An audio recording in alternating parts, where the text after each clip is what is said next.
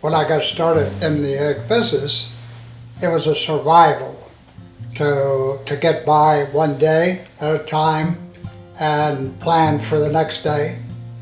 And that was pretty much the start of it all. You know, as you go along, you need people that know a lot more than you, and associating yourself with the right people is kind of the whole key. He had really a debilitating situation in his neck to where he couldn't feel anything in his arms. And my father went to a bunch of doctors, but Dr. Lee was the one that gave him what he felt was the best alternative.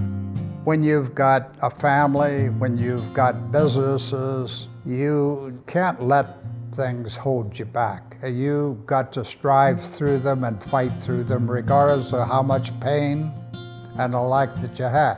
You don't let it hold you back, but then it got pretty severe. He went from just hobbling around and not being able to do anything to where he is right now, to where, I mean, he golfs, he walks. He's not the ideal physical specimen, but who is at 88? I think we kind of shared a similar bond that way. Like, he really had this grit. He was determined to make success no matter what happened, and it came through hard work. And growing up as an immigrant, same thing. We don't really have much of a choice. You know, only thing we can do is work hard and take the opportunities that kind of comes to you. And that probably was the real big turning point to where I felt that I really had to give something back to him. Very satisfied to be to help other people more than myself. It dates back to my childhood. My mother, she was crippled most all of her life. She had to push the chair in front of her to get from one room to the next. I struggled with it. I would go to bed at night. I hear her moaning and crying. For a disease like osteoporosis, we're just reacting to it. We give them medications after they develop it. We can do a lot better than that. We do so much better than that. If she would have had someone like Dr. Lee then, she wouldn't have been in a total suffering. That, of course, will always be with me. There's so much more research that we can do with the biobank that can change the course of some of these patients for the next generation. I know that there is. With Bethel family's generosity, stuff like that is possible. It's that type of story that he has in his background that really gives me motivation to not waste this opportunity.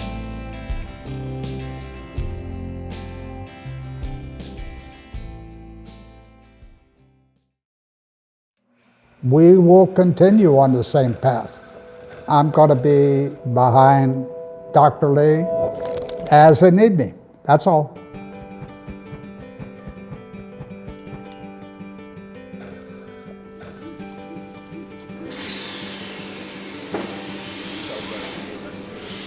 We've been able to have the opportunity now to bring multiple different labs, studying multiple different aspects of the musculoskeletal system, now under one roof. And the collaborations that previously were happening as one-offs are now happening on a daily basis. What captured our imagination is to collect tissues from our surgical patients and to be able to study them to gain much more focused information on the patients that we treat. The biobank gift is going to be the only one, to my knowledge, that's going to exist for musculoskeletal conditions. We're ready to collect tissues next week. And if we can get enough of that bioprofile, there could be discoveries where we characterize patients and diagnose patients will be different and much more focused. We're going to be able to look at every musculoskeletal tissue and also be able to be that resource for the rest of the country and other scientists from other organizations that are going to look to us to help them with their research as well. Hopefully Bethel family and Mr. Bethel himself understands that. The contribution that he's making will have generational impact. It really will. Both he and I may not be around to see the full fruit of it, but we're building the foundation here so that it can last those generations and have generational impact. I'm proud now that my children and grandchildren are going to follow through on the same course.